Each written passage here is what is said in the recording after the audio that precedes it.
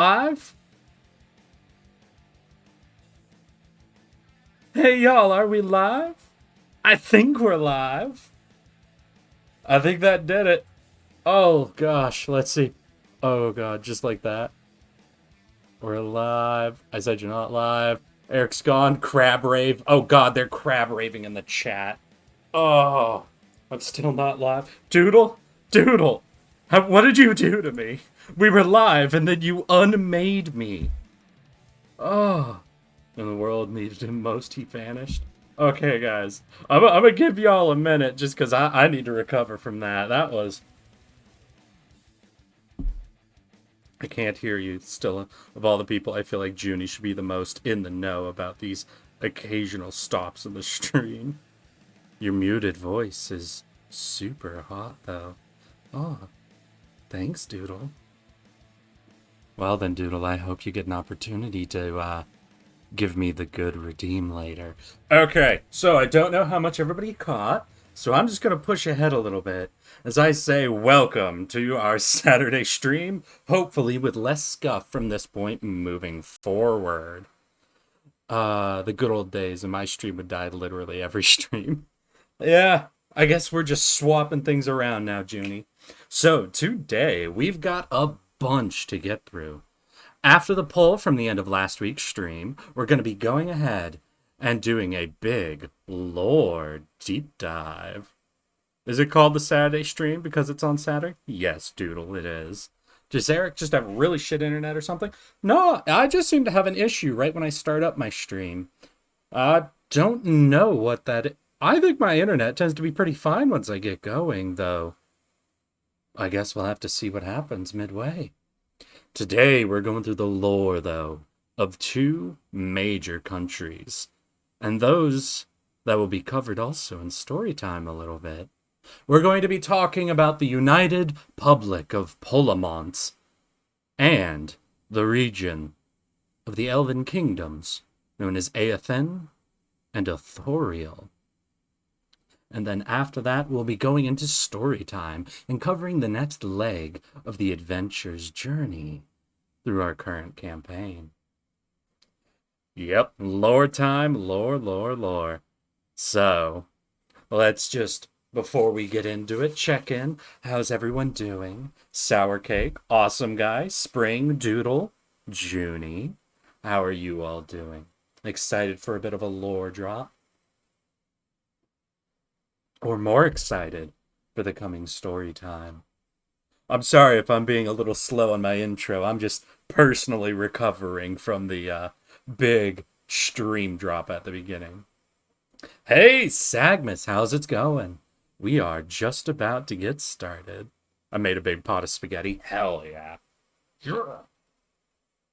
Well then. Is he gone again? Am I gone again? Doodle? Doodle. Okay, I'm gonna need to have people countering Doodle every time he does this to me. Oh god. Pretty good. Glad you're well. Thank you. I found a fly in myself. Ooh, alright. Well then. I think it's about time for us to push on ahead into our first look. Ooh. This is what I get for trying to check my stream. And we are going to be discussing the nation of Polemont. So then, where to begin? The United Public of Polemont, as you can see here, is a very imposing figure on the modern world stage. In the world of Deorum, they are perhaps one of the most expansionist nations to exist. The fact that they also occupy the center of the large landmass and separate the major regions of the world, the lowlands, the uplands, and the Balkans, places them so uniquely to be a powerful figure in the world. But they were not always a powerful figure. In fact, they were not always a nation unto themselves. To discuss the history of Polemont, we must first discuss the history of the ancient Empire of Light, We'll, of course, not be going through its full history, as I have a past lore discussion on that. But we must begin there to find the beginning of Polemont. It was after the second march of Baron Verden, as the Empire Light has arrayed a fascinating group of heroes who had prevented this second march and saved the world from the forces that came from that region. The Empire of Light found itself more stable than it had ever been before, and thus kick-started its first great age of expansion into the known world. See, Eric is still wearing the cowboy that I gave him during Monster Hunter stream? Of course. And howdy, so be Danny. The Empire of Light began first as a collection of cities worshipping the lawful good gods that occupied a greater pantheon. But as they became the leaders of the civilized world against the forces of Baron Verden, they began bringing others into their fold. To the south, they brought in new allies, those who had bordered Baron Verden before them. The Aarakocra of the Ananora Kingdom agreed to join the Empire as a collective alliance, a new, single, powerful nation. Further, the Empire began expanding westward, breaking into the areas known as the Badlands.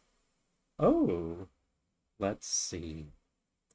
But we shall continue this story in maid form, I suppose.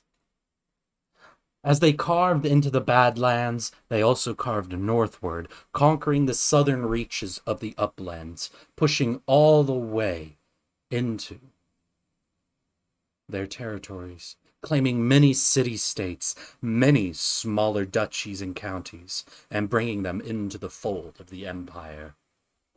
Finally, they also began expanding eastward.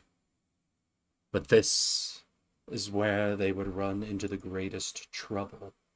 While the Badlands were hostile to all civilization and expansion, they made their slow progression fighting back the orcs and monsters there. While the duchies had many armies on their side, they were not allied into a single force, so could be handled piecemeal.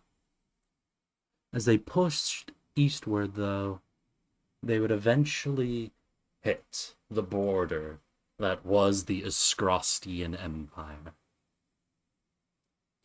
With this great explosive expansion within the empire, though, they began to segment the regions into different specializations, all to better serve the centralized power of its empire.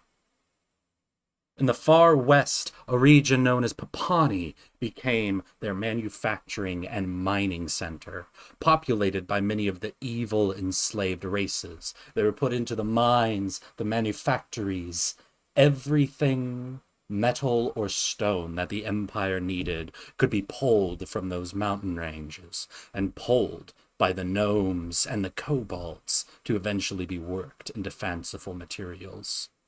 In the far north, the duchies were used as great farmlands and fields that provided all the luxuries, food, and timber that the empire could need.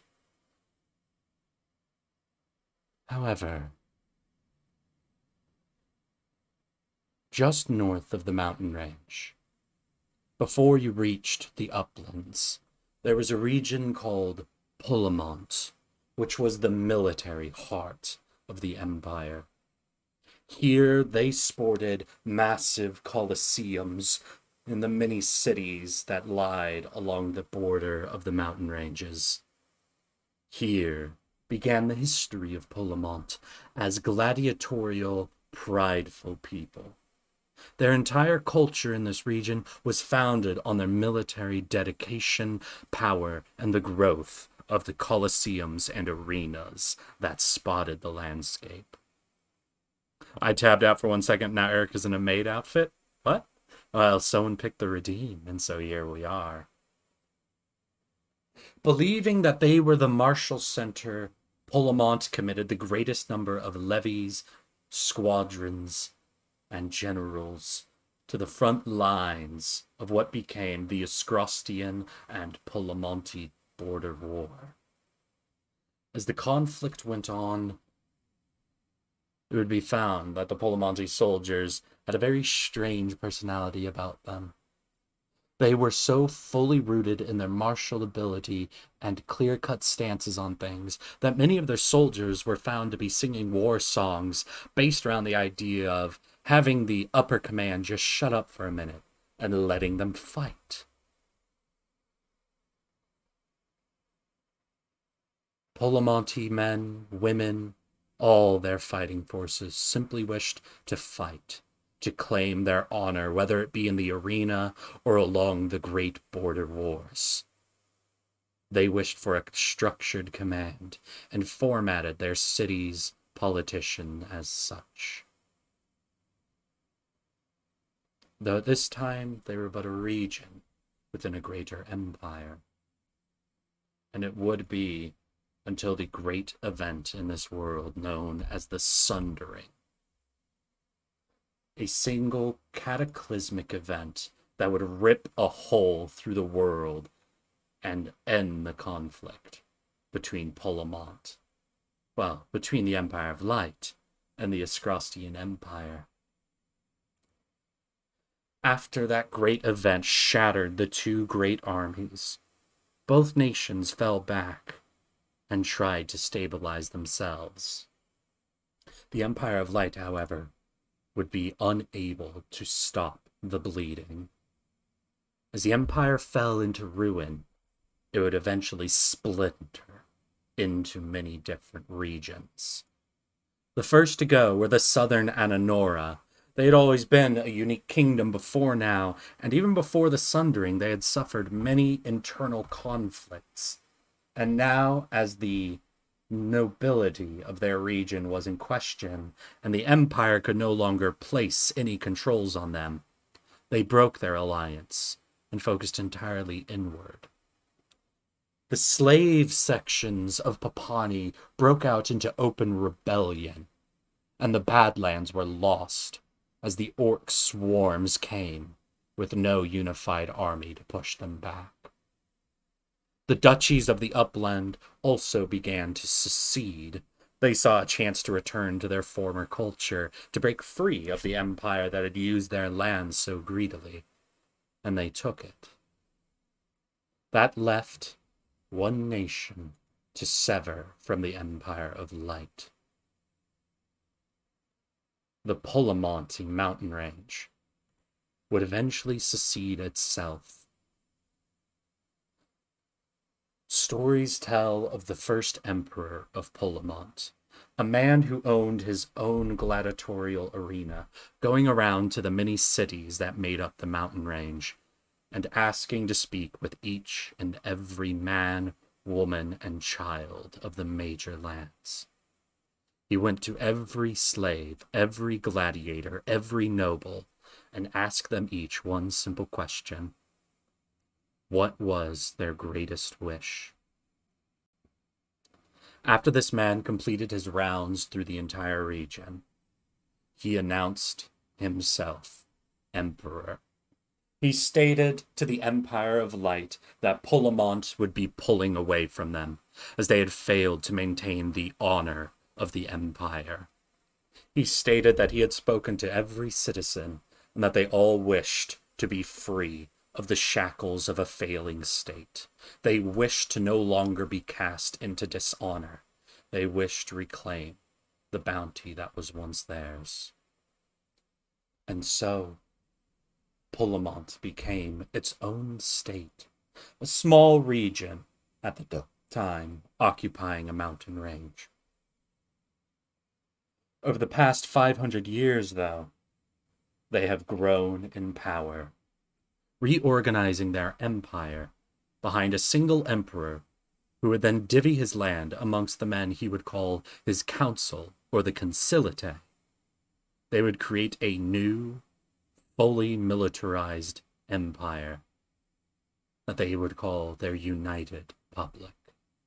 They would then eventually begin expansion into the old lands that the Empire had once captured from the northern duchies, and they would push unabated by any military conflict.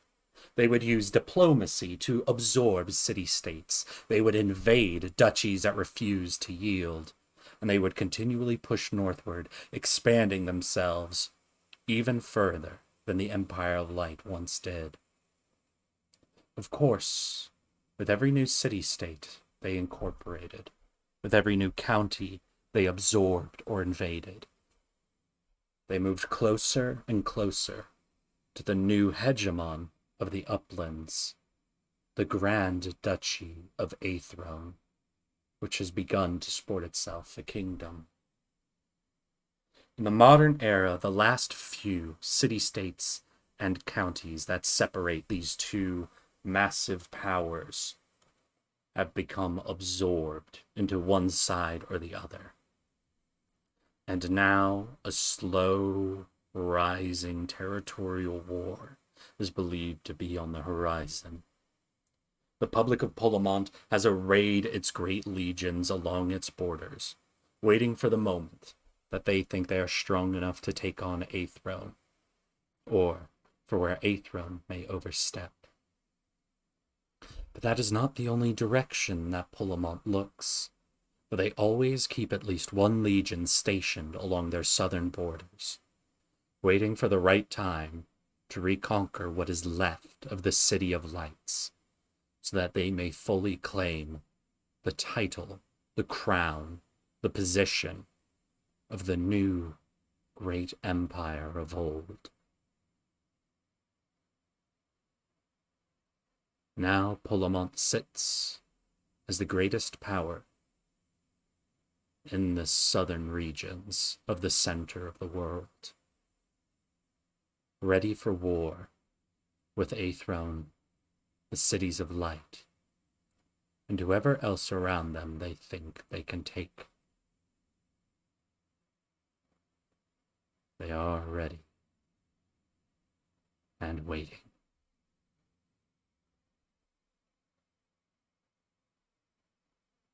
Thus we see the history of this large and proud nation.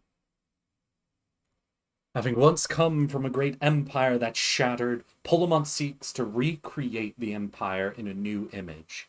Instead of united behind a single pantheon of gods, they will reunite this land under their emperor, their concilite, under a martial, focused system based around order and orders. And as the world looks now, very little seems ready to stop them, especially as so much of the world's energies are focused far to the east. But with that, we will move on a bit. Polemont and its great public will grow more as time passes, but we must take another step back as we move on to our next nation or group of nations to discuss. Aothen and Ithoriel, right along Polemont's eastern border. An interesting pair of kingdoms, or perhaps they are still one kingdom. After all, much like Polemont, they both come from one of the kingdoms of old, the greatest kingdom of elves to ever exist, the Aothen. The Aothen represented at one time a collection of the most powerful high and wood elves within the world. While there were some smaller kingdoms that spotted the other great force of the world, none were so expansive, so advanced, and so magically attuned as those who lived within the Ithoriel Valley and the kingdom of Aothen. Here the world was most strongly connected to the Fey Wilds, and the magical history and the blessings of the elven gods of old were alive and well within this ancient kingdom. Here the elves built their great and old system of governance, founded on the 12 royal families of elves. They gathered together here to create a place where all elves could gather, learn of the ancient magics, feel the power of the Feywilds, and become what they truly had been in the past. The 12 royal families oversaw this kingdom, though it would only be ruled over by one at a time. Every century or so, an Eladrin would cross into the material world, leaving the Feywilds behind. These Eladrin would be called the Speakers, and they would announce to the kingdom who would run it next, what the Archfey of the Wilds wished for the elves to do. And the speaker would become the main council of whatever family would lead the elves for the next century or so. Of the 12 families, they are all famous. First are the Labalkia. They are the most technocratic and are the current high faction. They have always been one of the more powerful of the families, believing in a centralized system. They always push for a stronger central government, a single king, backed by the most capable within their nation. Next are the Fadwellin, one of the oldest families, those most connected with the wood in many ways. They would go on to found the future faction of Authorial, but for now simply stand as second fiddle to the Labalkia. Next were the Nellin, the most expansionist of the families, always seeking opportunity to let the elves see more of the world and to bring it under the purview of the wilds. The Awaloth were the more purest of the elves. They chose to take no sides in most ways, and directly oppose expansion or combat with the wider world, instead wishing to keep the elves at peace. The Kuamorin are the most fey-touched of the elves, still greatly connected to the wilds in many ways. They push for the world to return one day to being the unkempt lands that the Feywilds represent. The Tamir are the most militarist. While they oppose domestic division, it is believed mostly because they seek to keep the borders strong and see any division inside as a weakening of the elves as a whole.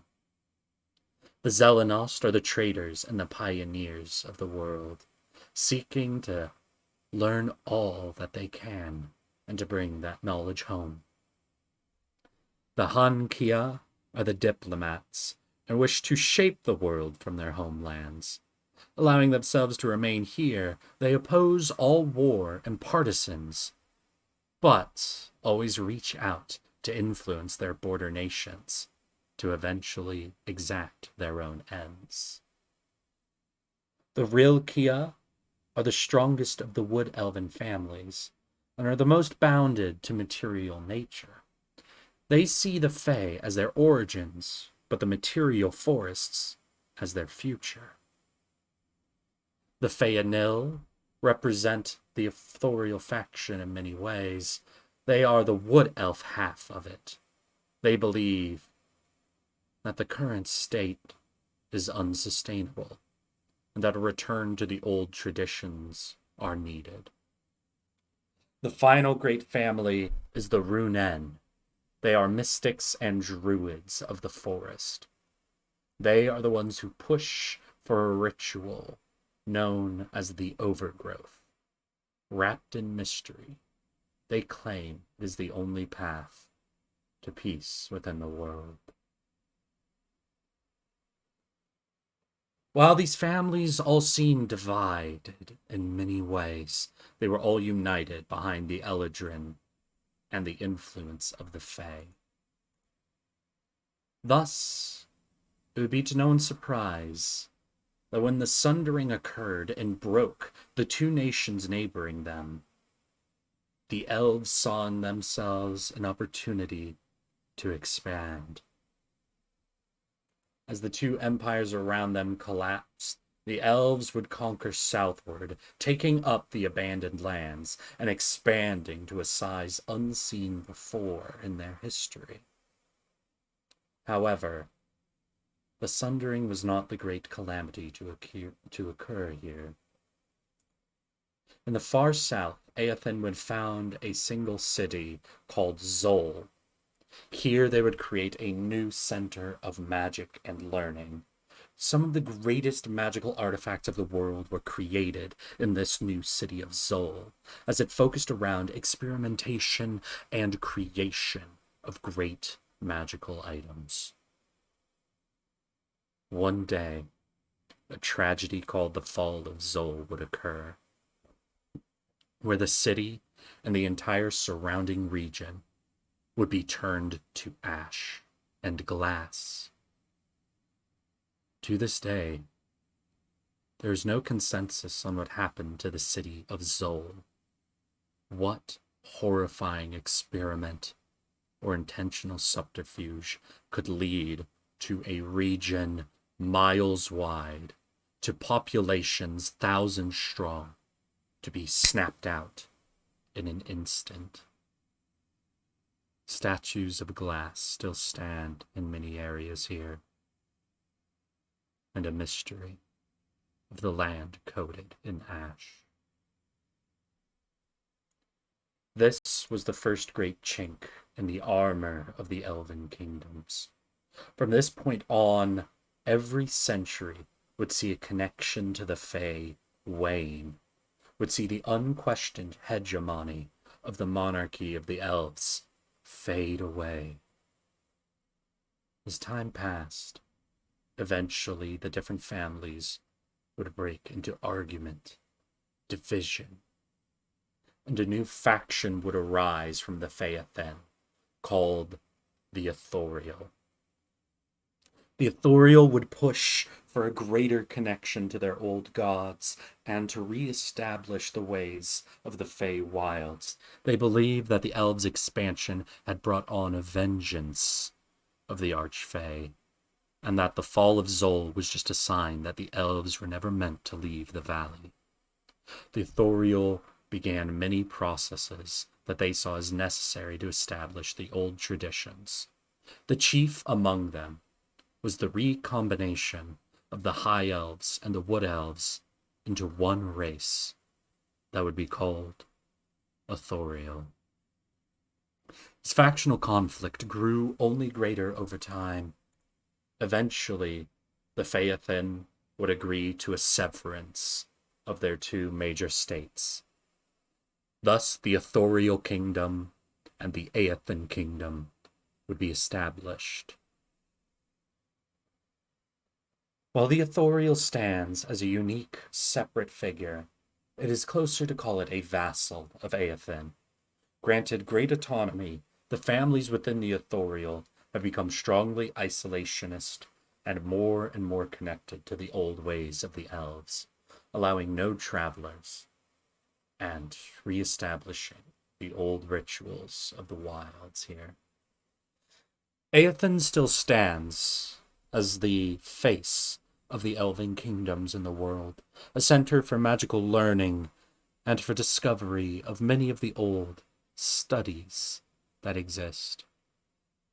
Though as time passes, as the connection to the Fey Wilds continues to wane more and more, a question of how long could Aothen hold sway over the real elven families only grows.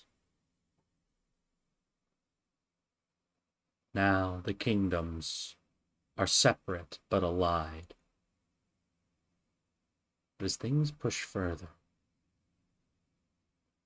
there may come a time when the elves must ask themselves a deep question. What traditions can they maintain? Which ones can they abandon?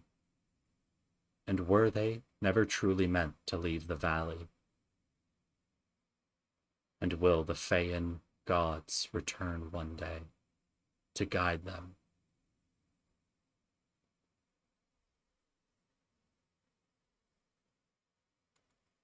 So there we have it.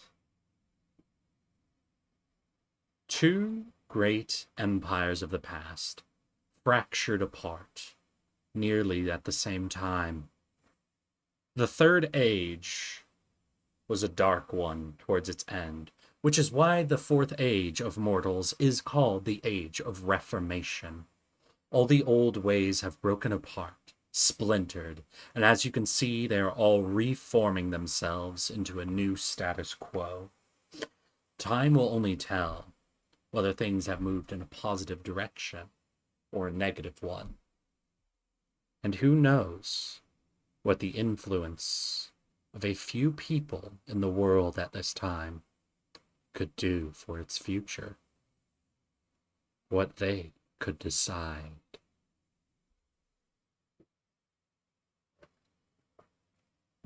And with that, we will actually be able to end the first portion of today's stream. The lore has been stated. Going back quite a long time, 2,000 years ago was the event of the Sundering within Deorum. And as we can see, the world has reshaped itself quite a lot in that time. Empires have fallen or fractured, and new great powers stand, ready to explode, conquer, or grow. Oh, Eric Kuhn. Hey, yo there, and thank you for the follow.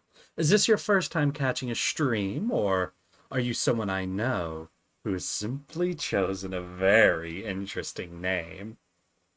Hey, yo, that Eric. Hell yeah, that Eric. Your voice always makes me so cozy. Thank you. Thank you so much, Crazy Seth. I always aim to have as cozy of a voice for these longer story sessions. I do tend to drone a bit, but I am in love with my own nation's lore. And with that, though, we can mark 2 more nations off the list that have been discussed. I believe that leaves us only 68 more to go through. But we will not be doing that for now. Instead, we will be moving into our recess as I let everybody get up, get yourselves a drink, get yourselves rested and stretched out. For the next portion is going to be a much longer section, as we are going to be trying to cover about 5 sessions worth of story in our next story time, as I discuss the party's journey from the capital of Polemont in Arren, as they take a pair of diplomats all the way to the capital of Aothen in Corella. So for now, we're going to stretch it out a bit, and I'm going to ask you guys how everybody's doing. What do you think of the lore of Polemont and Aothen at this time? What would you like to do in this world to shape them in the future, or what do you expect would happen if nobody changes the current procession of history? Or, if any of you are DMs of your own, what's some of the favorite lore you've ever built? We're going to take ourselves probably a good 5 minutes here to just kind of relax and prep ourselves for the next big chunk of story time. This is the first time I've ever seen your stream. Just saw it on a recommended channels and decided to stop by. Well, Eric Kuhn, you've chosen a very interestingly named streamer to join. And I'm excited to see you here. I enjoy TTRPG streams. Great. You have an excellent voice to listen to. Thank you, Spring. Hell yeah. Eric also does Monster Hunter gaming on Fridays, though we are pushing ourselves to try and beat Monster Hunter Worlds once and for all. Because I have a few other games lined up, I'd like to eventually take over my Friday slot. Though we'll have to see how that all goes when we eventually face the big boys at the end of the game. It's a perfect amount of story. Ah, thank you, Sour Cake. I could listen to you drone on about your lore for a long time. Well, I'm glad to hear that, Spring. In fact, I do have a quick question for everybody here. Who here was actually here last week when we did a bit of encounter building for my party? who was here for the heist stream and helped me build out the layout for the mansion. Because I actually have a little something I want to show you all. Something I've been working on in some of my free time based on everyone's suggestions and what was designed at the time for the Milford estate. Let's see here. I have not seen such viewers here since the great hot tub stream. Oh shit, what are we up to? I haven't been checking in with the viewer count. I was not Sag. I was there. It was really fun to see how it all works. Listen a bit, but I had to leave. I was. All right. Well, guys, here it is. Here is where I've gotten to so far, building the map up to your guys' specifications. We could definitely take it slow, but I want to give you all the zoom back to view. And I am so happy with how it has turned out based on just my first time really building something that was 90% a map built by viewers leaving comments about what they thought, how they wanted to change things, all within just a few guidelines I had set. I was not, but I've been wanting to learn more about D&D since I never played it before, and I'm excited to learn. Yeah. So, if I could just take 2 more minutes, as you guys can see, here we have the grand entry hall. The staircase is here, and we've got tables with maps, paperwork, letters, areas filled with notes and documents. As you push through, you enter into kind of the main hall of the building that has been converted into a temporary holding space for a lot of different supplies and items. Nothing high security, as we mentioned. Next, we move into the buffer zone. Here you can see we have a few places set up for our Kuntabat guard to keep watch of people moving through into the mess hall, or once I have it more built out, into the higher class mess meant for the commanders and those of higher station. Here we have the storage shed, while the storage area connected to the dining hall and connected to a servant's entrance. And finally, as everybody wanted, a little servant's entrance that goes along the back side, ready to be exploited by more conniving individuals. I still have no idea how you spell the name of the specialist. That's all right. If you want to look it up, God, honestly, I'd have to go look it up myself. But the Kuntabat Guard is actually based off of their job of being anti-magical. I looked up what the origin of arcana means, and I think in Latin, arcanum translates to mystery. So then I found the Latin word, I think, for like solution or knowledge or just something about like solving a mystery. And I think the Latin word was conta or contap, something like that. And so I just sort of took that and made it the name of this particular division, calling them the Kuntabat Guard. And of course, always putting on a little bit of French accent to give it some flavor.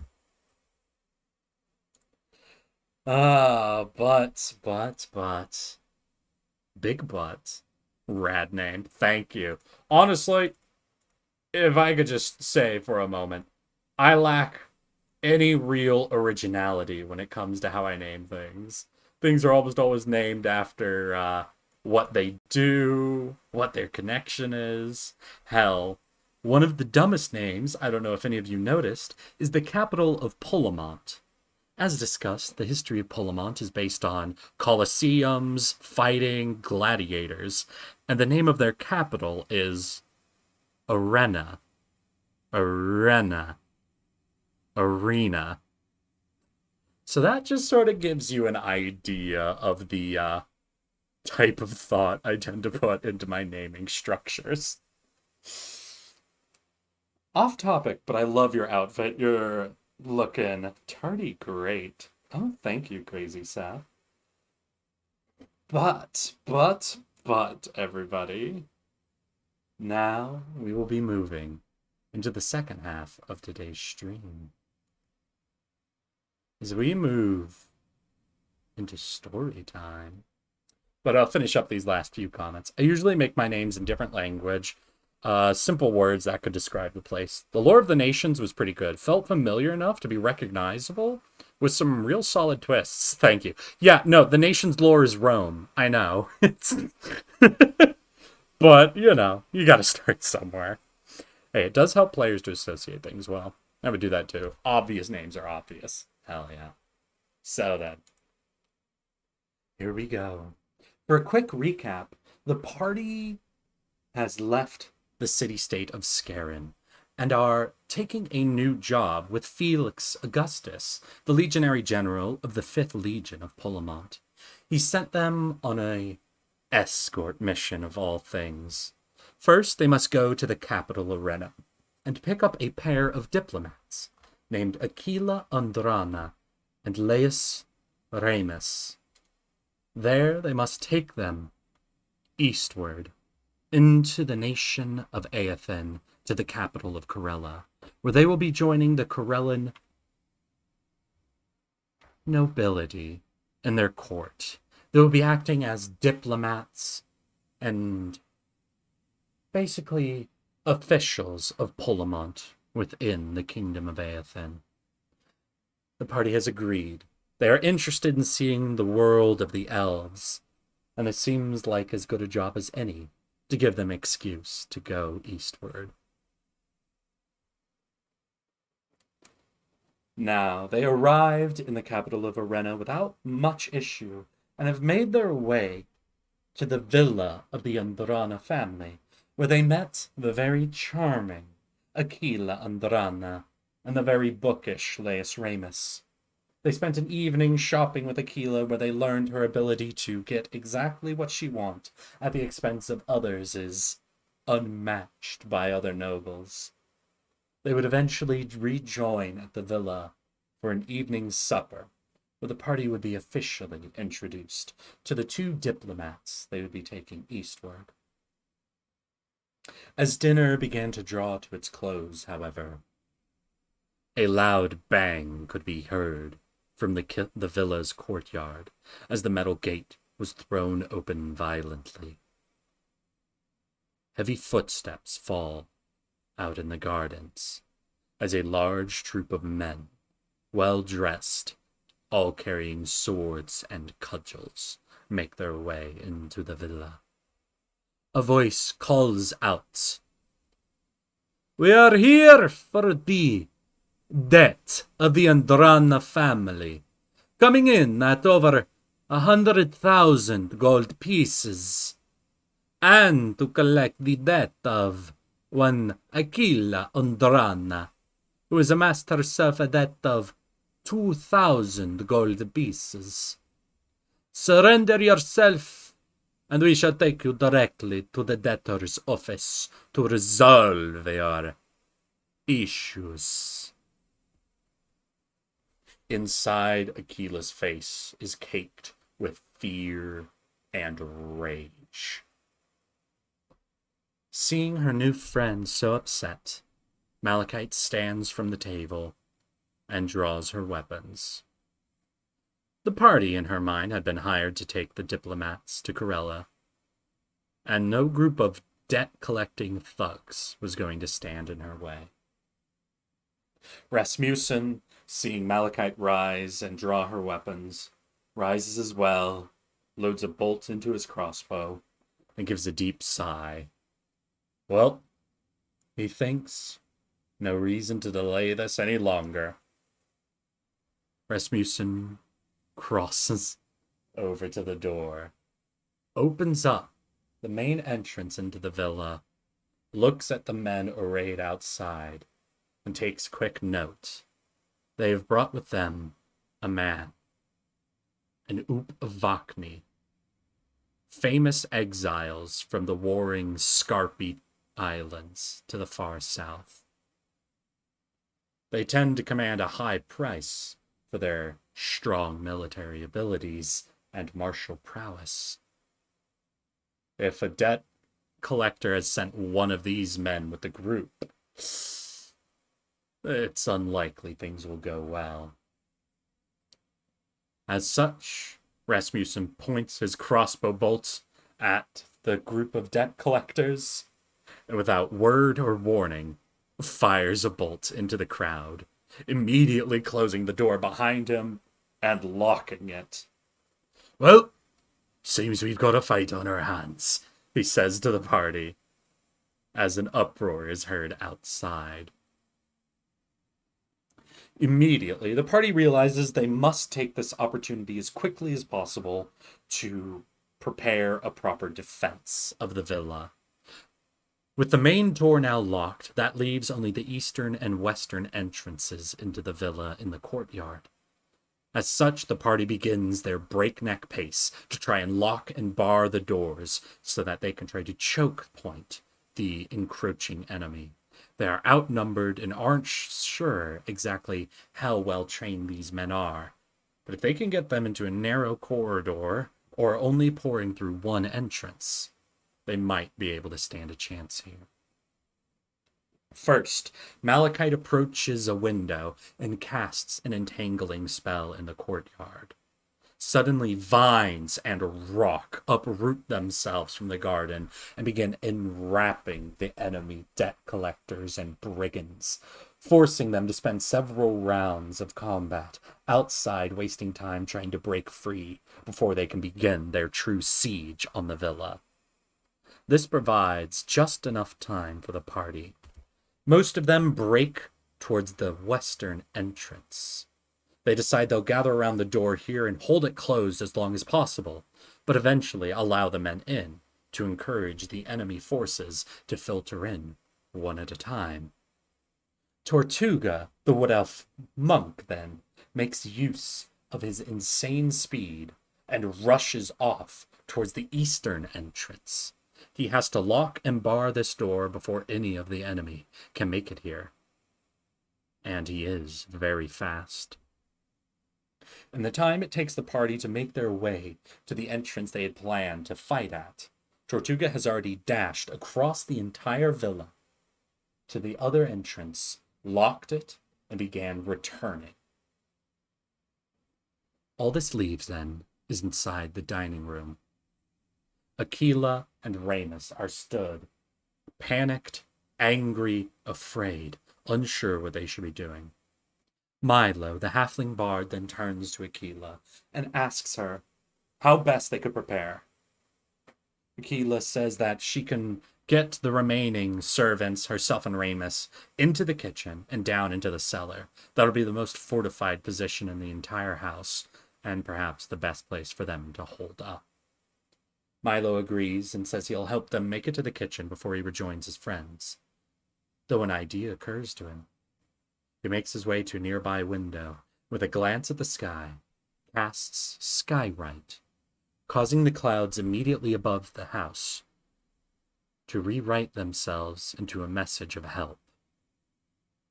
There's no telling if a guard will actually see this message in the sky, interpret it correctly, or how long the fight will go on. But Milo hopes this will bring in the cavalry, should things become too bloody to survive. Aquila, Ramus, and the servants thus make their way to the kitchen and are down in the cellar just in time as the western door is battered open by the debt collectors. Rushing in, the first 3 men are cut down instantly. The party have arrayed themselves in a powerful choke point and are able to easily dispatch the first few untrained brigands that march through the doorway.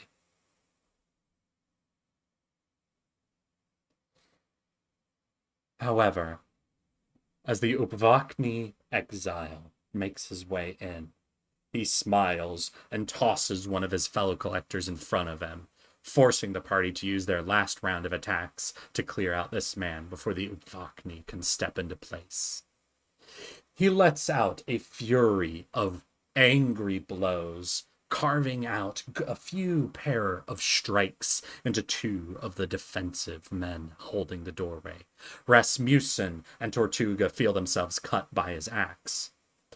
However, The remaining brigands are too slow to fill in the gap that the Uvokni has made, and the party focus their strikes and cut him down.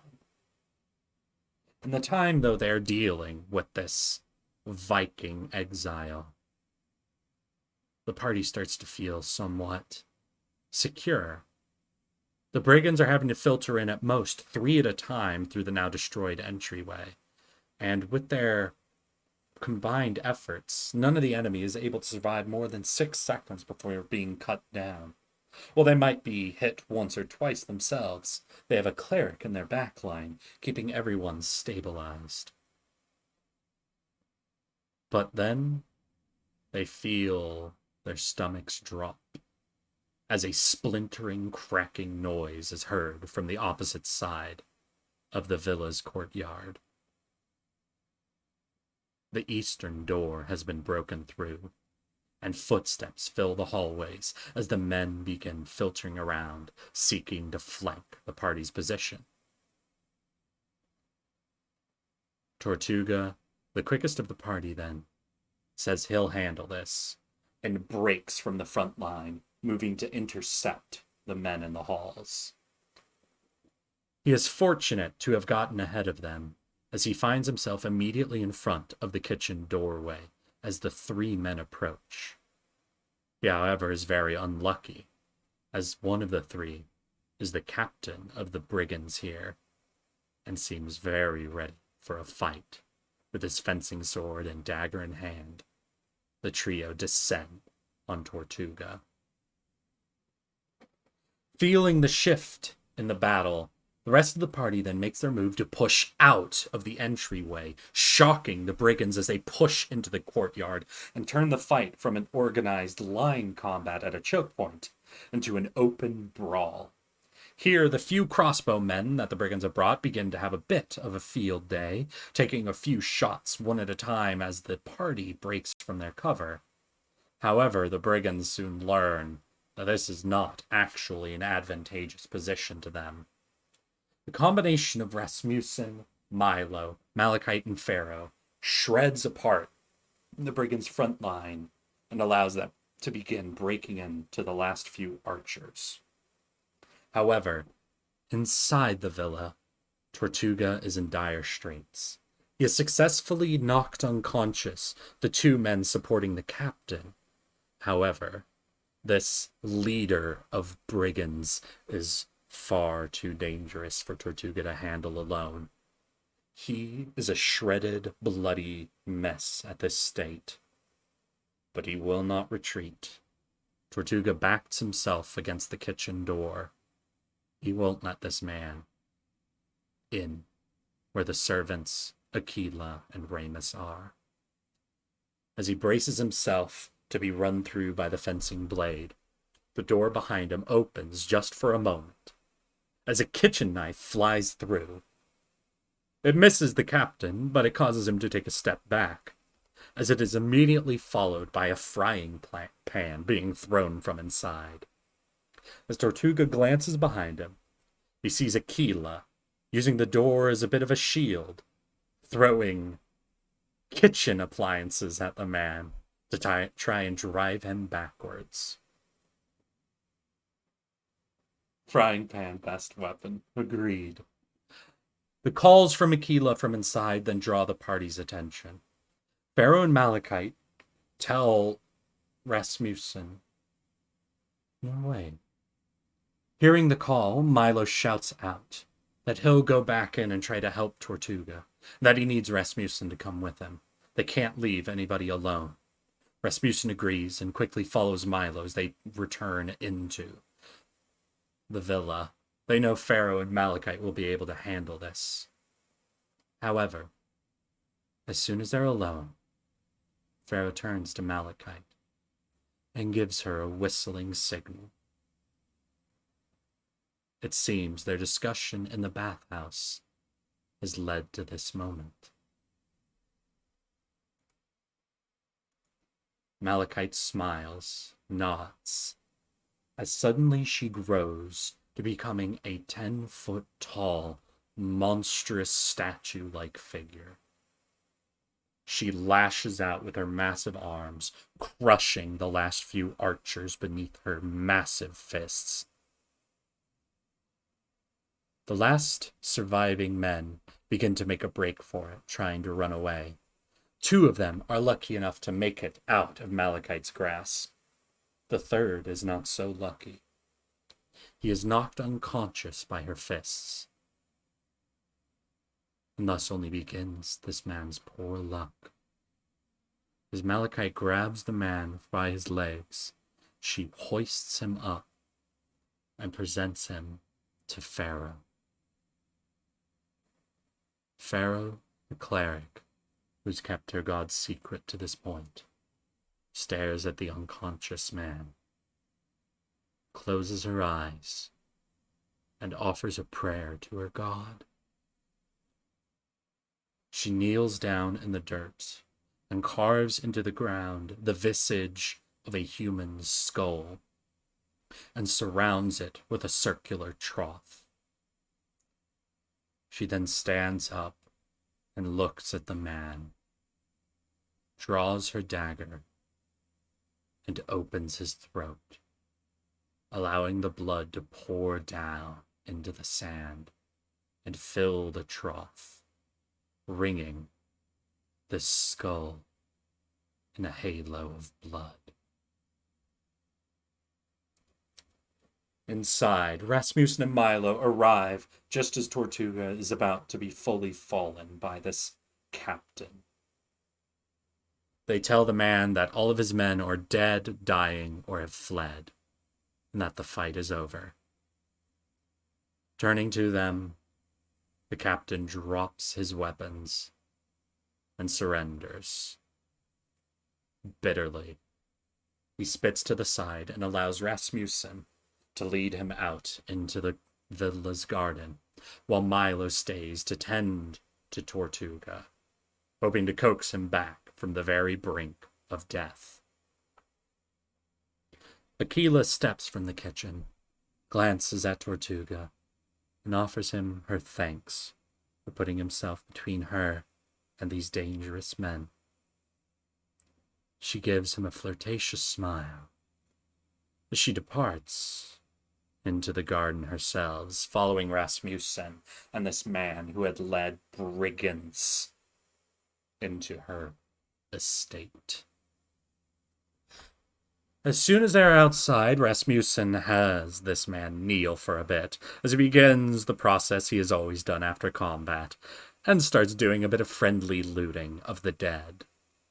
Malachite, by this time, has shrunk herself down to her normal size. Pharaoh has pocketed her knife, and they draw no further attention to the ritual they had just committed.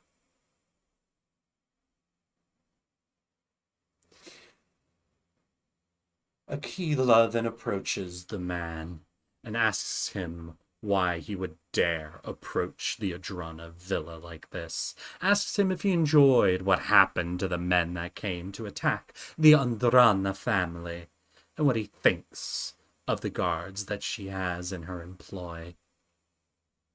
The debt collector spits out a vile comment at her, saying that her and her family will eventually pay, that every bank in Arena has blacklisted them, and there will eventually be recompense for what they have done. Aquila grows a twisted, cruel smile as she draws from her pocket a dark dagger encrusted with a single gem, like marble with black veins. She plunges it into the man's throat, silencing him. She puts the dagger away and thanks the party for having protected her from these horrible invaders on her property. It is at this time that footsteps can be heard outside. The guard, it seems, had seen the warning and had sent a few men to find out what was happening. But, as the way things are, the combat had only actually lasted for about 3 minutes, and so the guards had not arrived in time to really do anything at all. Aquila excuses herself, saying she'll speak to the guards and that the party can take their time. She believes she'll be able to explain it quite adequately and make sure no further trouble arises from this. So Keela begins speaking to the guards, explaining what had happened here, as the party reconvenes inside and discusses what they shall do. They come down to the determination that it is best they leave as soon as possible. While they had dealt with this issue now, from the threats of the captain, they'd rather not remain in the city at all, and in fact will be leaving in the dead of night, not desiring to stay even 1 hour longer. Thus the party gathers together, Ramus and Aquila, as the guards leave, get everyone collected and into the wagon. Aquila only separating for a moment, as she has the servants arrange the bodies in the courtyard, as a bit of a warning for the next group to come to the Andrana's villa. She then tells the servants that the villa is to be locked up and left, and that they are to join the rest of her family in the countryside. She has a job she will be doing for Felix and will not be back for many months. The servants agree, and the party departs the capital of Arren, with Aquila and Ramus in tow. They start heading northward, back towards the crossroads city, as they will need to cross in and then head eastward before they can make it to Corella. They leave Arren behind, a bit bloodier, and with a few interesting questions for one of the diplomats now in their tow. How did Aquila's family accrue such aggressive debt? How did Aquila Andrana herself accrue a personal debt that would lead to men being sent to get her? What had the parties signed on for when they agreed to protect her? The party spends most of the next night and the early morning of the following day traveling northward. They would eventually arrive at the crossroads city and decide that they couldn't push themselves to travel much more without sleep, and agree that they will be sleeping within the city limits for tonight. They don't want to camp outside, and paying the entry tax is a little price for them to actually have a real bed and real food. As soon as they are inside, Ramus excuses himself, stating he will find one of the cheapest taverns nearby, get a room, and meet up with the party in the morning. Rasmussen and Tortuga, now infinitely more curious about their guests, excuse themselves as well, as they make their way off to follow Ramus, deciding it would be prudent to watch the man this evening, see what he does, and try to learn a bit more about him. Pharaoh excuses herself, stating that she must spend this evening in prayer, that much has happened which she wishes to commune with her God about, and to not wait up for her. Thus, Milo, Aquila, and Malachite are left the alone trio in the city that they had been in once before. Milo places his offer out. He knows a nearby building that operates as both a tavern and a theater, and is likely to be putting on a show this evening, and he would be willing to treat Aquila and Malachite to a pair of drinks and to the entry tickets if they would like to spend a nice evening being entertained. They all agree and make their way off to the theater. I don't know much about D&D, so just wondering, why are lizard folk good at hiding bodies? The reason would be because they eat people for the most part. Lizard folk are one of the most barbarous, I'd say, of the monstrous races. Luckily, not one I have in my party as of yet. That evening, Rasmussen and Tortuga make their way to the tavern that Les Ramus has made his own time in. They find him sat in a back corner, with a single drink and a pair of large tomes on the table. They find themselves a secluded spot to watch him from. And they watch, and they watch. Hours pass, with Ramus simply drinking lightly and poring over these two large ledgers, to the point that both Rasmussen and Tortuga have grown to a needling boredom. Eventually, Ras suggests that eavesdropping on a man simply reading through the night is far too boring, and they might as well go talk to the man. Tortuga nods in agreement. The two make their way across the tavern, joining Ramus at his table, and start to begin a light discussion. Rasmussen drinks, asking Ramus a bit of how he knows Felix.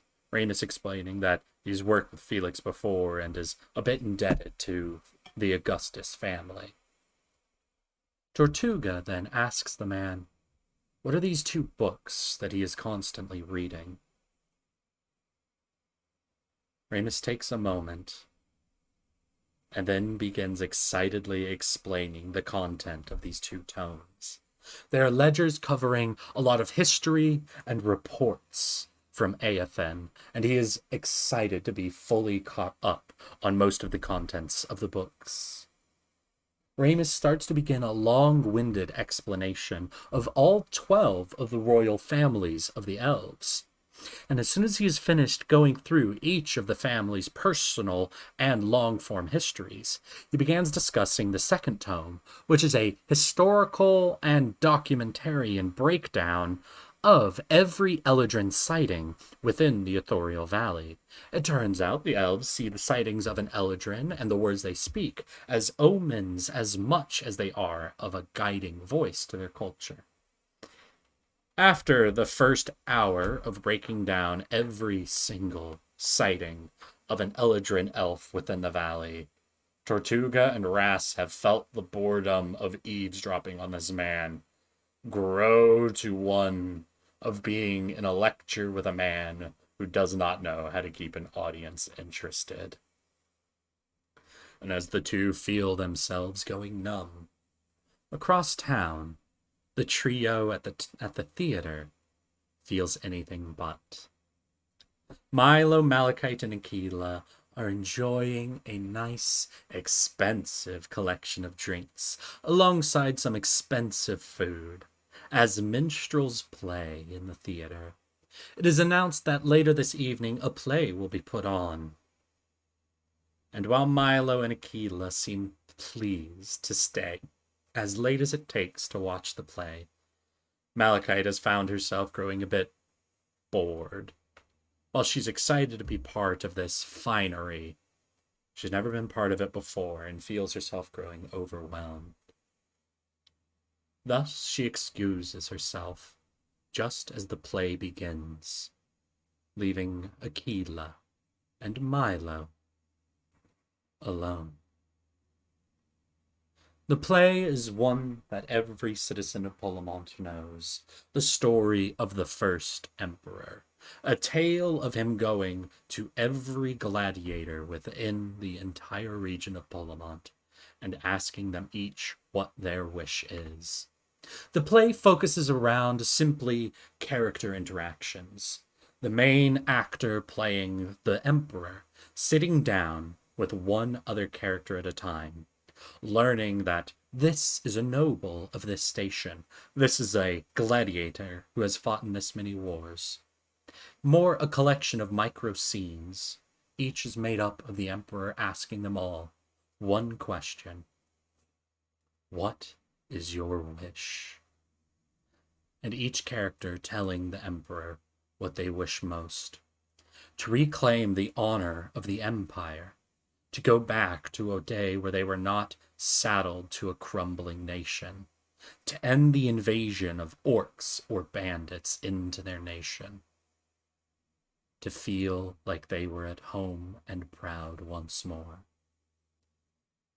The play then ends with the emperor standing before the audience as he declares his proclamation that Polemont will become a new empire unto itself, and that the emperor shall be formed as a man, not a god, someone whose job is to listen to the wishes of the people and to bring them all to form. The entire audience in this theater stands and gives an ovation to the emperor's speech. Even Aquila politely smiles and claps along.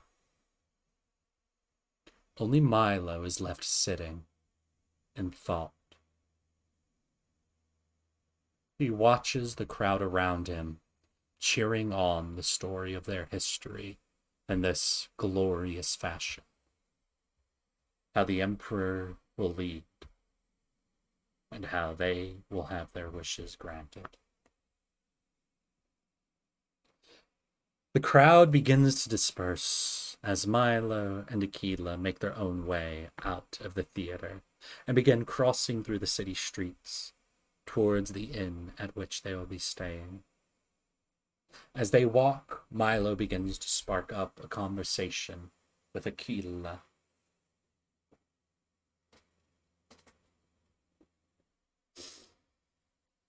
First, they begin to discuss a bit about Aquila and Remus. Aquila seems a bit disinterested in the man in many ways. She calls him a bore. She says he seems so simple in many ways, and she couldn't imagine how Felix would hire a man on to work with her. As Milo tries to push for just a bit more information, Aquila eventually evades the topic, stating that while she does like to gossip, the secret of the co-worker, she believes, should remain a secret as long as possible. So their conversation eventually moves towards a discussion of the play, Aquila asking Milo if he enjoyed it. Milo instead beginning a bit of a discussion of the difference between history and propaganda.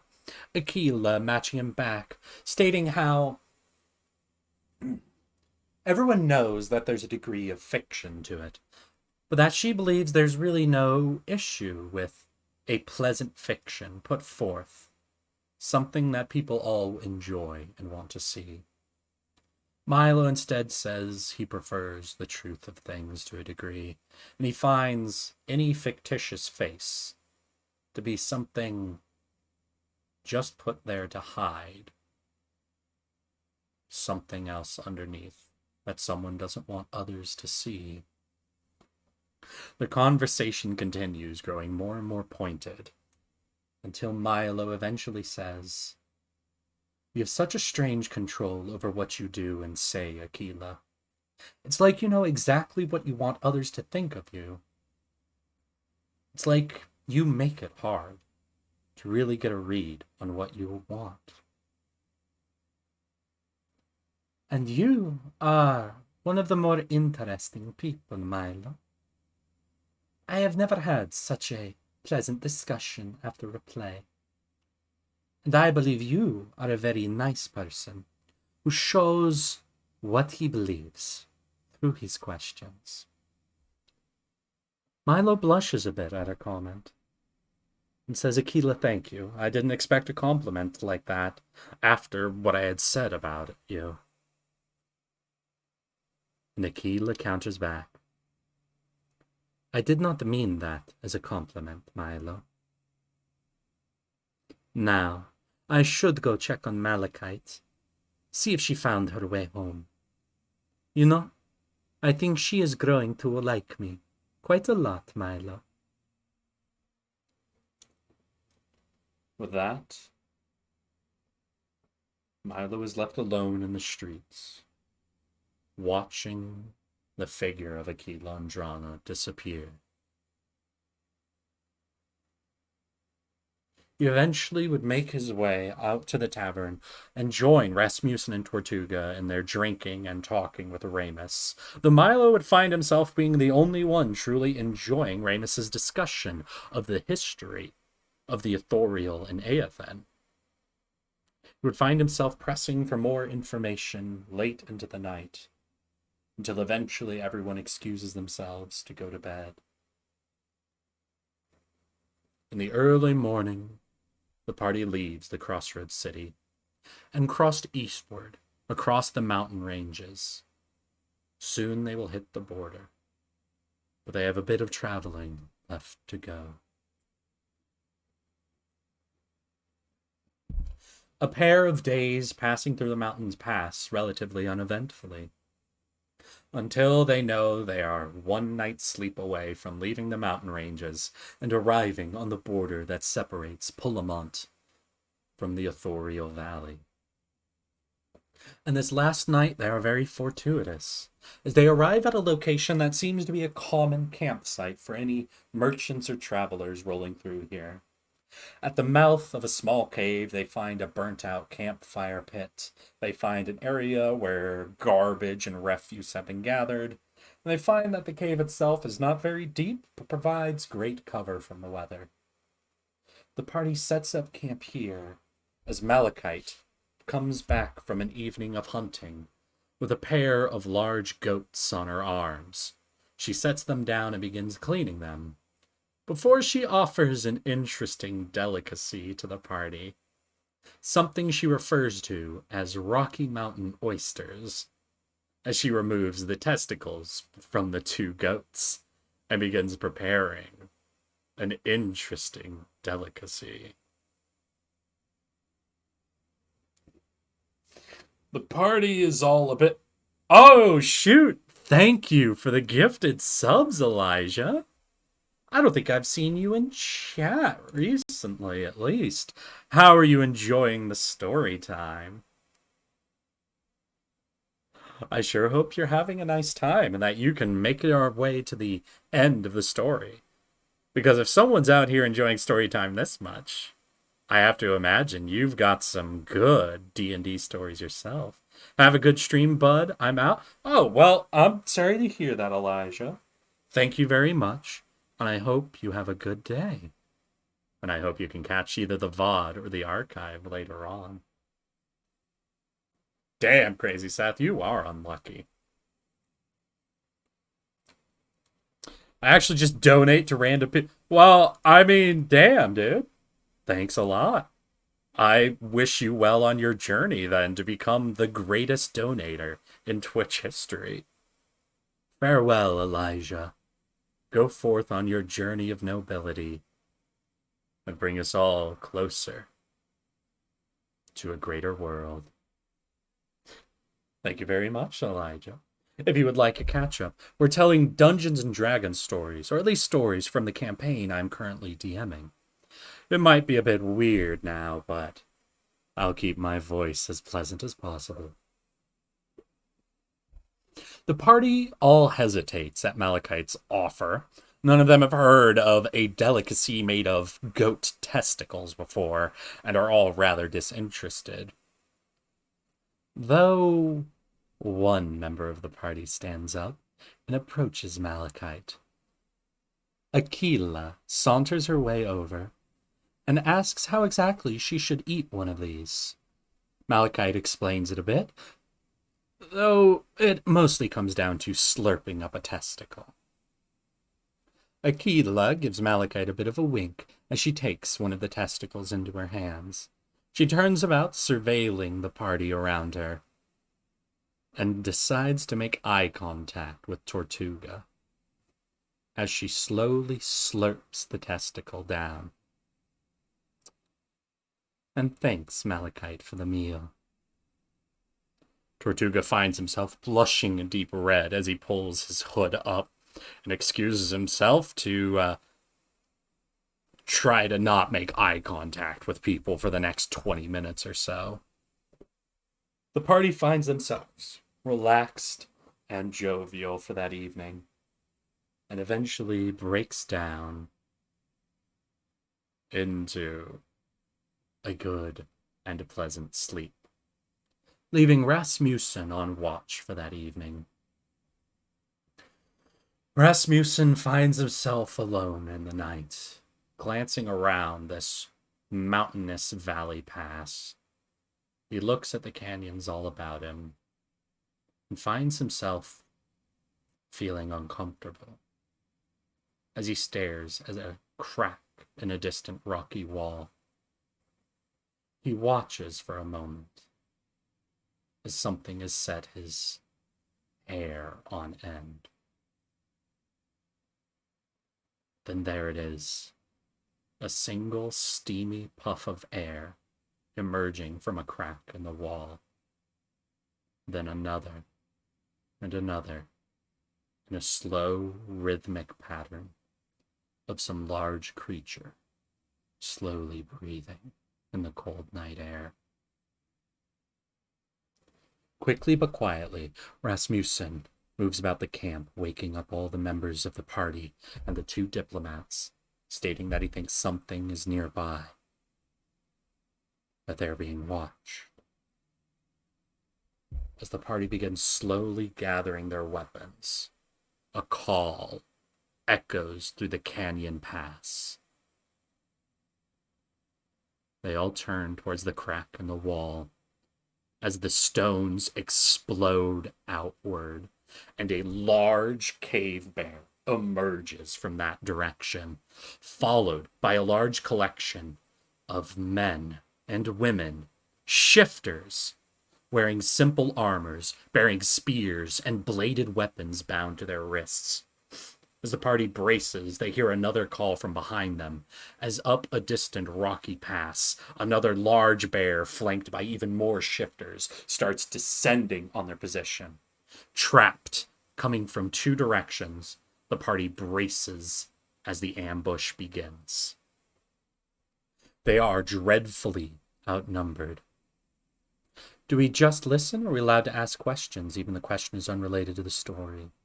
You're allowed to ask questions, though I do find myself having to continue away with the story until I find a good breaking point in it.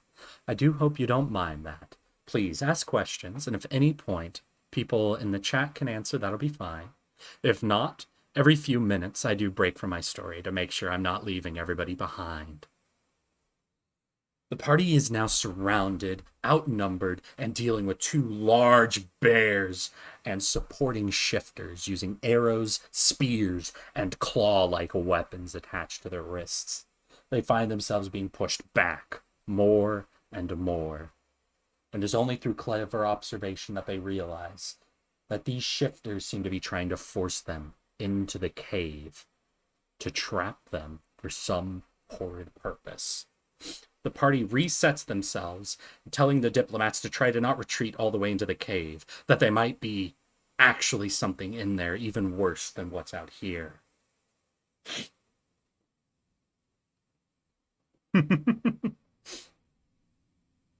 Trapped and without any real recompense, any way he can see out of this, Ramus draws from his pouch a small black book, pulls it open, and to the party's surprise, casts Catapult on a small log nearby, sending it careening into one of the shifters. He then explains he could really only do this once, and immediately retreats back into the cave.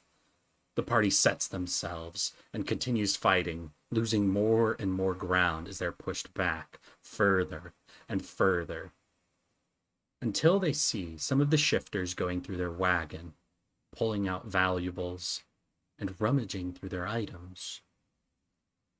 In a moment of ingenious realization, Tortuga reaches into his pouch and throws a collection of coins wide, scattering around the ground. Suddenly, many of the shifters break rank and start scampering to pick up the gold, giving the party just enough of an opening that they're able to break the front line and slay the two bears. The shifters, now without their main tank force, are quickly mopped up and begin their retreat back into the mountain pass, though one of the shifters is captured. Milo insists that nothing should be done to the man, that he wants to question him. As Milo asks the man his first question, he's shocked to learn that the shifter does not speak common, but instead only seems to speak an old elvish language called Sylvan.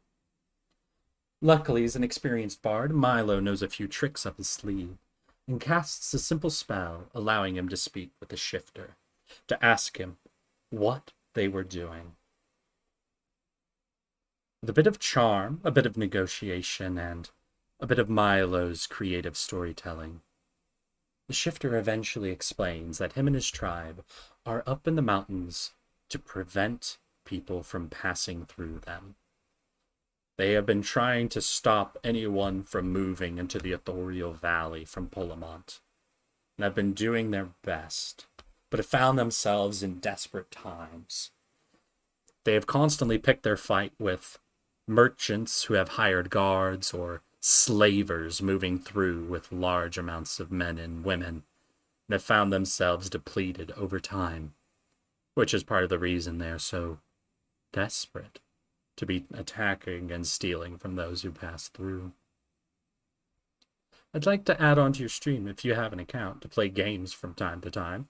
Oh, hell yeah. I do play games occasionally. That's mostly what I do on my Friday streams. I'm currently DMing just for people in real life, though I have been spending some time trying to prep myself for my first real foray into DMing strangers. Though we will be talking about that towards the end of stream.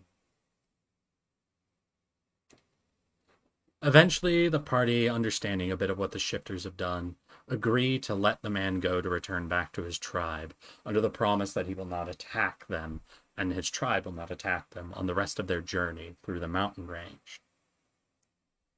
But before he goes, Milo says that he's sorry for the position their tribe is in, and offers the shifter a small handful of gold pieces. The shifter is a bit shocked and taken aback by this, but accepts the coins, removing the bladed wrist weapons from himself and presenting them as Milo as exchange. The shifter then scurries off, following where his brothers had retreated, into the mountains. The party is able to return to sleep that night and gather their things, heading off. If you remember, whisper me your stream number so I can add you if you're okay with that. Oh. My stream number. All right. I'll see if I can get that up in... Oh, Steam number. There we go. I'll see if I can get that out to you.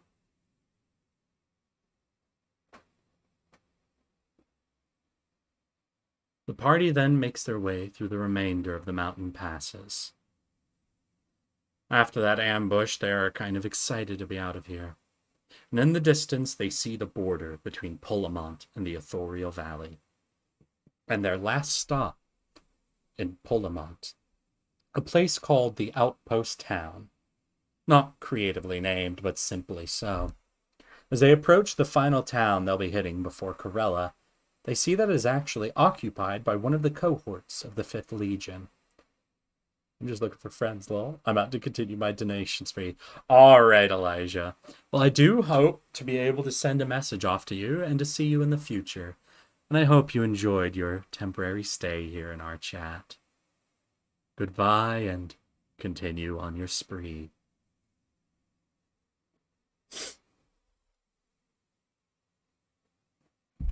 Arriving in the town, the party agrees that they're going to be spending all afternoon here, and that they will be having a pleasant time before they have to cross into the wooded valley below. As such, the party splits up a bit. Tortuga and Milo head off to report their attack to whatever official they can find in the town, to make sure they know that anyone crossing through the mountains will be getting attacked by the shifters. Malachite and Aquila break off to find finer lodgings and to do a bit of shopping, what little they can here. Ramus, Rasmussen, and Pharaoh then settle into a nearby bar and begin enjoying their evening. After a bit of drinking, Milo and Tortuga rejoin the group in the tavern and settle in to become truly and utterly sloshed. This will be their last time at a bar for some days on their travels, and so they decided to take full advantage of it. While drinking and talking with Ramus, they learn a bit of the Authorial Valley, and how all travelers who cross through are often accosted by noble sons of the royal families of the Ethereal Valley. People are often stopped along the roads and demanded to pay traveling taxes while held at arrow point and by tip of spear. As such, the party begins plotting to make sure that their wood elf companion, Tortuga, is placed in a position to look like he is in charge. It is believed that the Ethereal tend to treat wood elves a bit better than most others who pass through. Hearing that he'll have to be doing the majority of talking then, should they be stopped, Tortuga finds himself trying to get as deep into his cups as possible, only taking momentary breaks to prank his friend Milo a bit, occasionally sneaking an extra shot or two into the drinks that he is having, and chuckling to himself as Milo starts reaching the point of becoming nearly blackout drunk. An hour into drinking, then, Malachite and Aquila return. They join the party for shots. Though after a bit of time, Aquila and Ramus excuse themselves to sleep. It was worth it, wasn't it, Lotus? The party then finds themselves delightfully drunk and passed out at the table as their last night in Polemont ends. It is early morning as the party makes their way down into the valley. They have about a week's worth of travel through the valley before they'll eventually arrive in Corella, their final destination. As they move along the road, it is an unnerving journey. An hour and 30 late. Twitch app lied to me. I'm sorry for being late again, Eric. No problem, Hal Frost. As you know, all of my D&D streams go up for archive, and we're just going through a nice long story time today.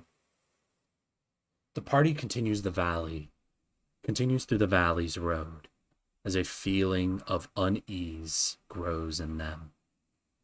On one side of the road is a large cliff face that leads up into the mountainsides, hemming them in as a solid barrier.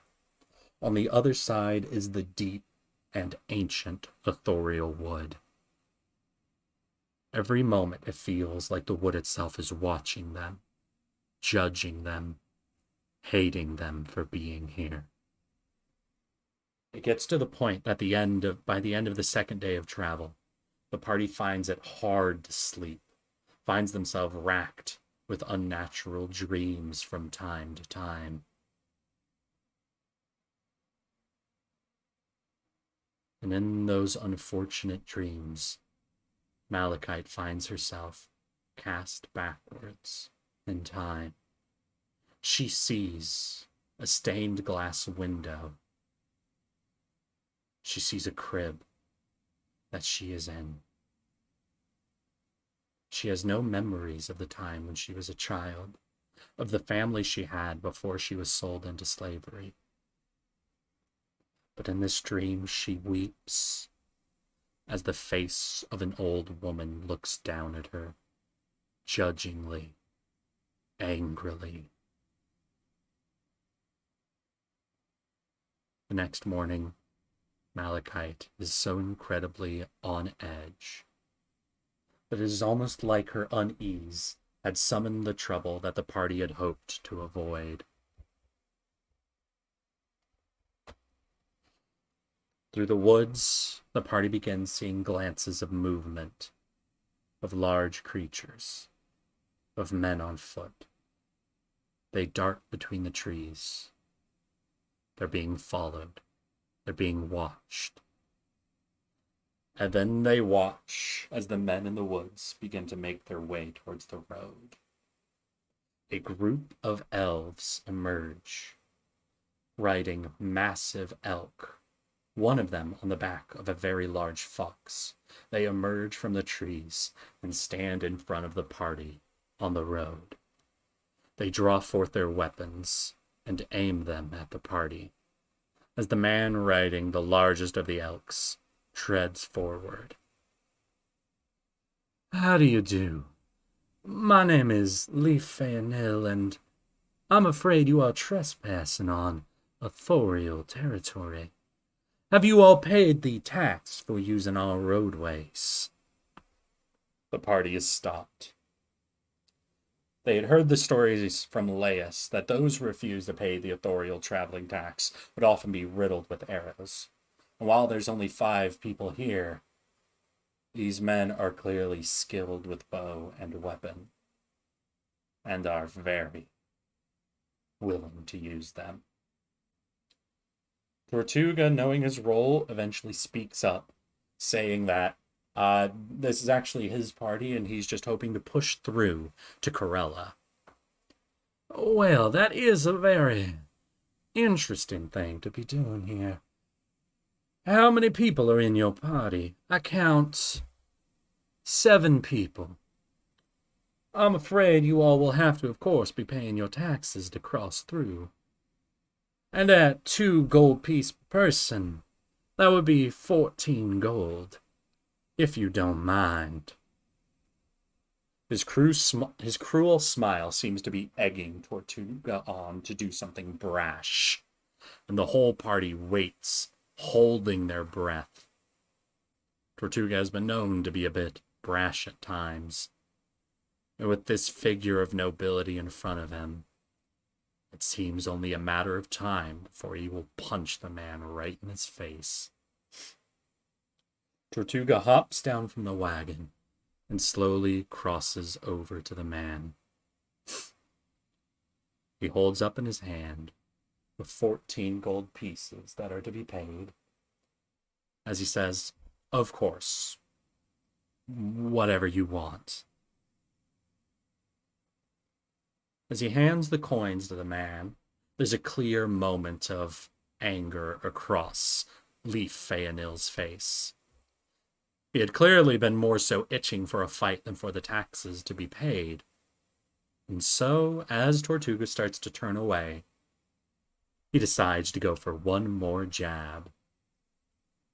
Actually, my friend, there is just one more thing before we let you continue along on your way. It should be a small matter, just one of courtesy, you see. The party looks at Tortuga's face as he is now faced away from Leif and sees the pained expression grow to an angered one. Really, it's just a bit of courtesy. I would simply like for you to look at me and say, "Thank you very much, Leif Fayanil." And after that, we will of course let you go on your way. The party watches with held breath as Tortuga's teeth grit, and he slowly turns. His anger seems to be boiling over as he opens his mouth. But then there is silence, as Tortuga thinks for a moment. He seems to grow confused.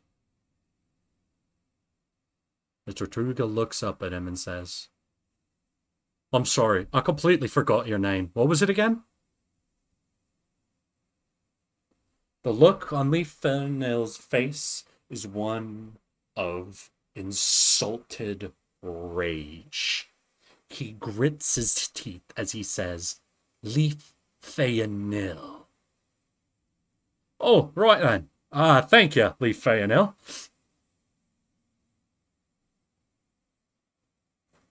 For a moment, it looks like Leif is actually about to draw on Tortuga and shoot him dead right there, when one of his compatriots, the one riding the large fox, rides up to him and tells Leif that they actually have business a bit deeper in the wood and should be going now. Leif sneers and then finally agrees, saying, "Thank you for your courtesy," as the elves break into the woods. Tortuga turns to the party and lets out a deep sigh as he says, "I had no clue that was going to go so well." The party finds themselves laughing from the broken tension. They gather themselves up and continue their journey southward, eventually, at the end of the day, pushing through the night to make their way out of the Authorial Valley. They are relieved as the tension drops from the air. It no longer feels like the woods are watching them or judging them. They push on ahead till eventually they find a small village along the border and decide they will camp here for the night. A man from the village approaches them and says that they are willing to welcome the adventurers into the village for the day, but they would like to ask that the adventurers stay out in the middle of night. They are a bit private about their business and don't like strangers coming around in the dead of night near their homes. The party agrees, though as the man leaves, Tortuga shares his opinion that the village is probably entirely made of werewolves or some dark cult, and that's the main reason they don't want anybody in at night. Though the party is exhausted after their long journey, they have no desire to go exploring and tempting things with the local village, and so simply camp out until morning.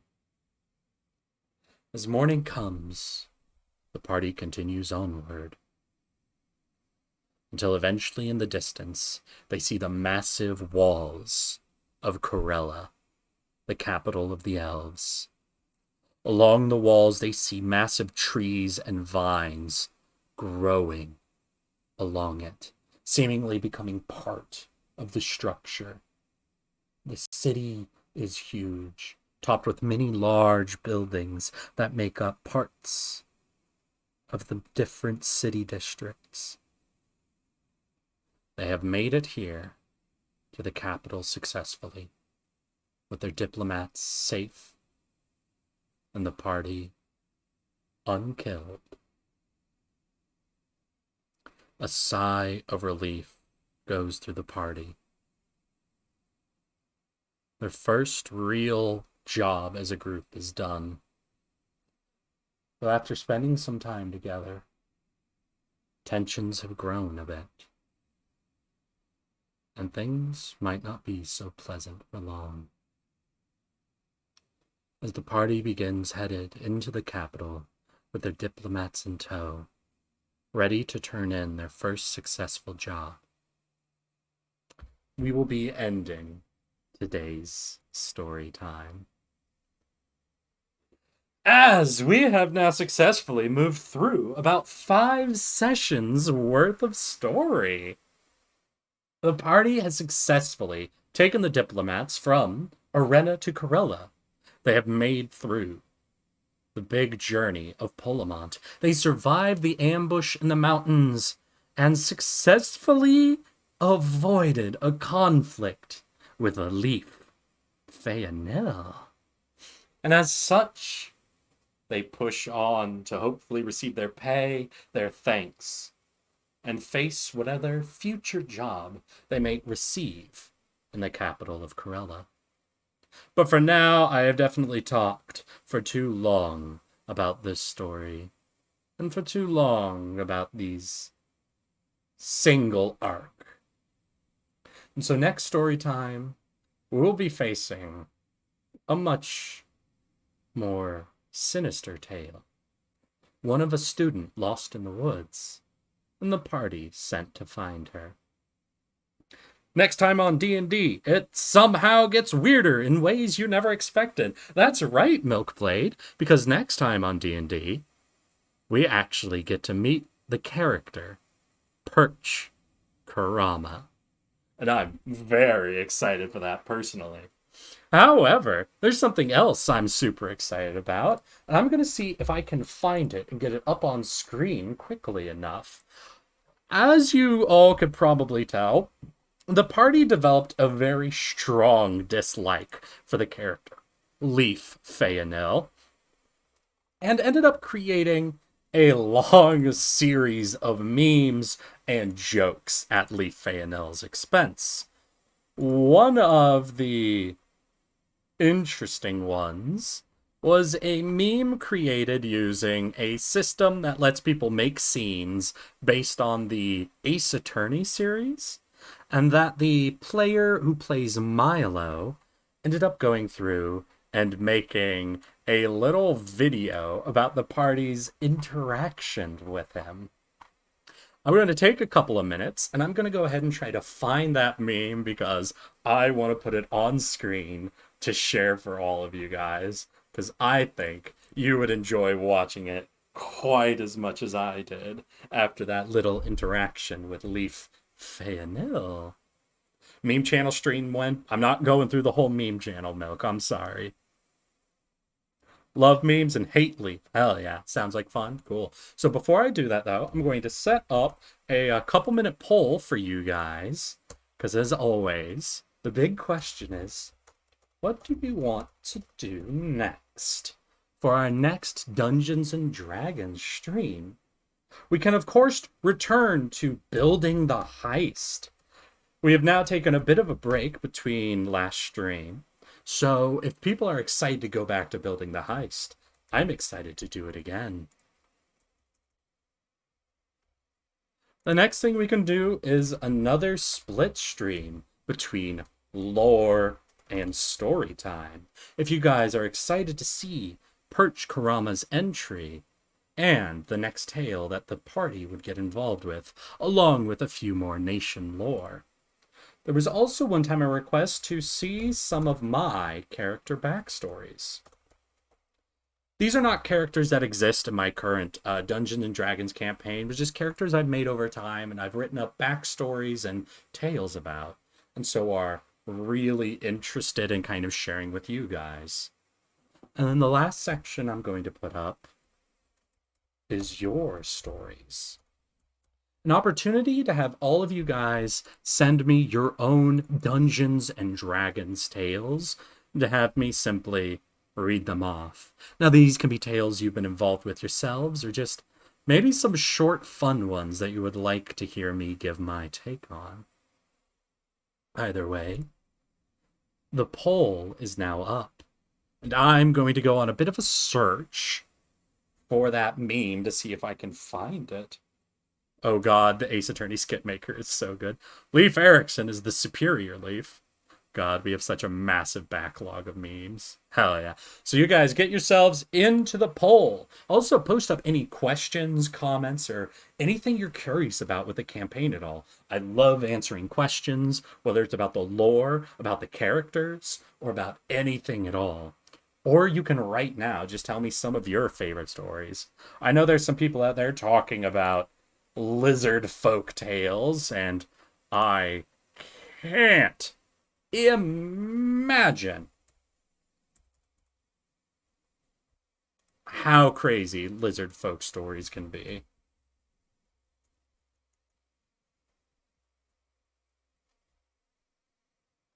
So then.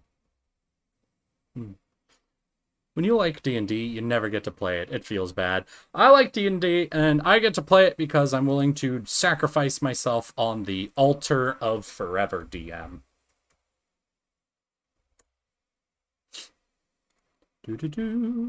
What are we talking about right now? I went off to get a smoothie. Well, we just finished up story time, and I have a poll posted over what we're going to do next time.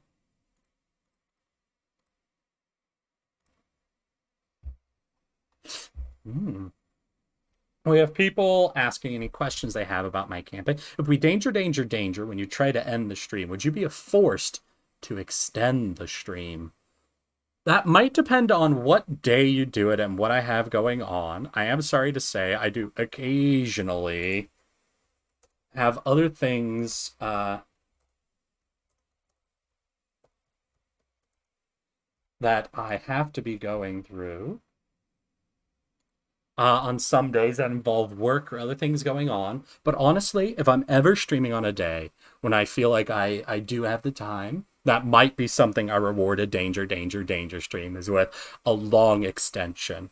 Though if I've been doing a big talking stream, I might have to swap on to doing something more game focused, like maybe doing some Magic the Gathering or playing a video game, just because I occasionally need to give my voice a rest.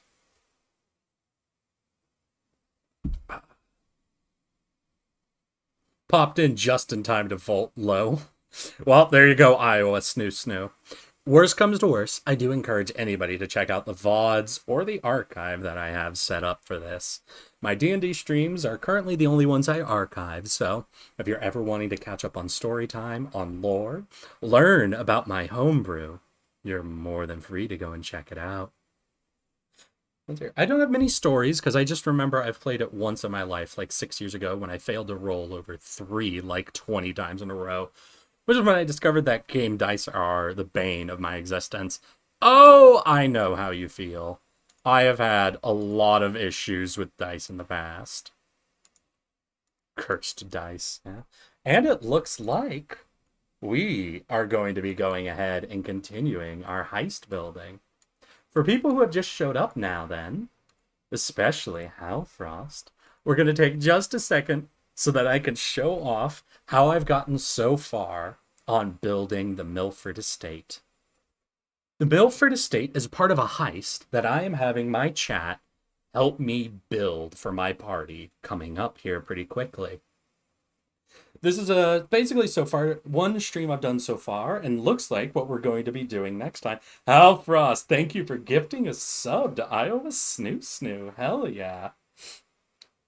And so, for people who don't get a huge chance to play D&D or are interested for seeing what it's like to actually build a really big encounter from the DM side, or for people who just want to help me fuck with my players to a certain degree, I invite you all to come to my next D&D stream and help us build. Right here, what I'm showing is the current state of the Milford Estate.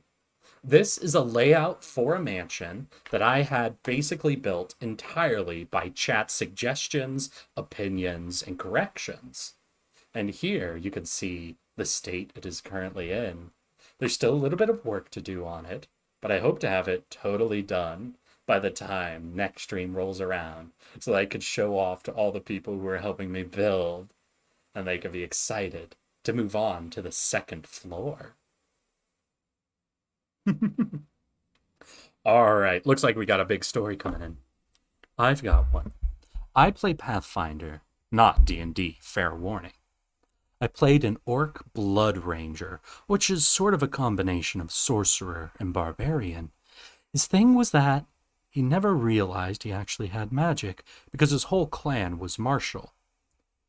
For example, one of his spells shot rocks at an opponent, which he cast by tearing chunks out of the ground and throwing them.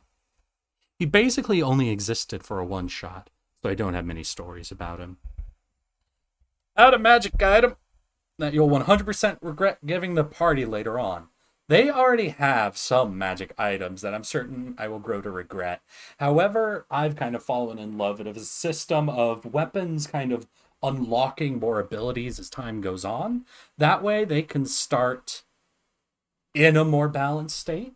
And as things start coming unlocked, I can make sure I know when I've gone too far with a magic item.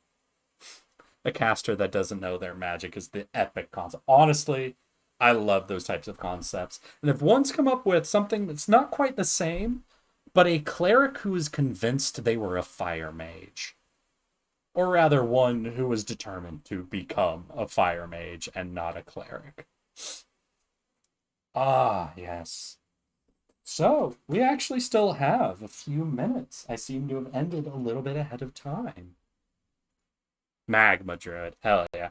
So, I would really like to just kind of open this up for question time to everybody out there. How are all y'all feeling about the D&D streams?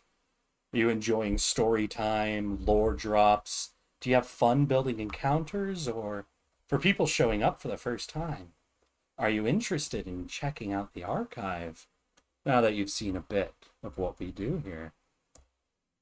Is there anything anyone really wants to see in the future? I know in the past I leaned a lot more heavily on my homebrew stuff, and I've been kind of moving away from that as I've kind of shown off a lot of it. But if people are interested in me going back to kind of recovering some of that in more detail or anything, I'd be glad to hear it. The real meme, though, was that the entire party was barbarians in some way. We had a skald, a rage bard. We had a pure barbarian who thought he was a wizard and did such things as cast sleep with a large stick at high speeds. This is my first D&D stream, but it seems fun. I'm glad to hear that, Crazy. Same. I like D&D streams. Encounters are great. I just wish Twitch would fucking notify me in a timely manner. No, I get you, Hal Frost. I get you. I want to see more cats. More cats. All right. Well, we've got a few minutes, so I'll see what I can do to satisfy that right now. Let's see. Cats.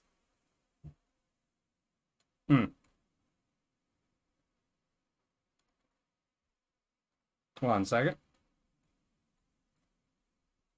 How's that? Is that cats? Is that enough cats? You enjoying cats there? More cats can never go wrong. Yes, I personally. Encounter building is cool because I've never done my own homebrew before.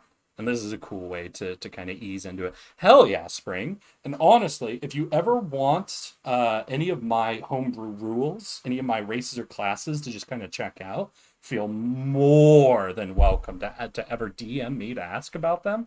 Or if you're building your own like homebrew shit, I love looking over that stuff and just kind of discussing that. So if anyone out there is building their own homebrew or is curious about that type of stuff, never hesitate to DM me or send me stuff that you're working on if you want to know my opinion or have any questions about that type of stuff. Y'all really like the cat, don't you? Hell yeah. I have no brain. I am immune.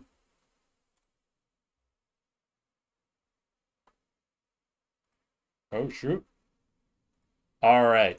And so before we go, I think let's see if we can watch this together. Oh, all right. Oh boy. Gonna have to actually expand this quite a lot, which is gonna be weird. But 1 second. Oh boy. Oh boy. Okay. There we go. Who's ready for meme time? Who's ready to see the big meme?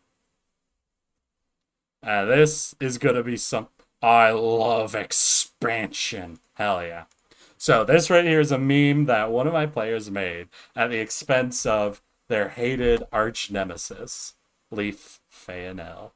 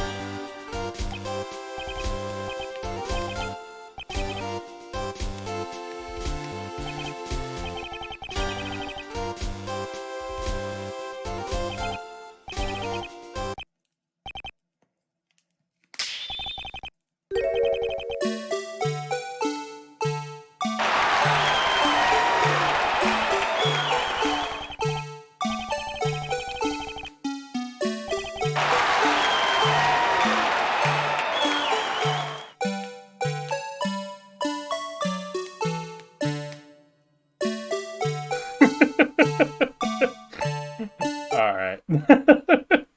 Alrighty, y'all. And with that delightful, exciting fucking ending, I think it's about time that I said good night to you all. More like leaf faint signs of interest. Rip the horrible incest babies, yep. Alrighty, though. With the end of our lore drops, our story times, deciding what happens next time, and the sharing of memes, I would like to wish you all a good night. I hope to see you next time as we work on building out the heist of the Milford Estate. Bye.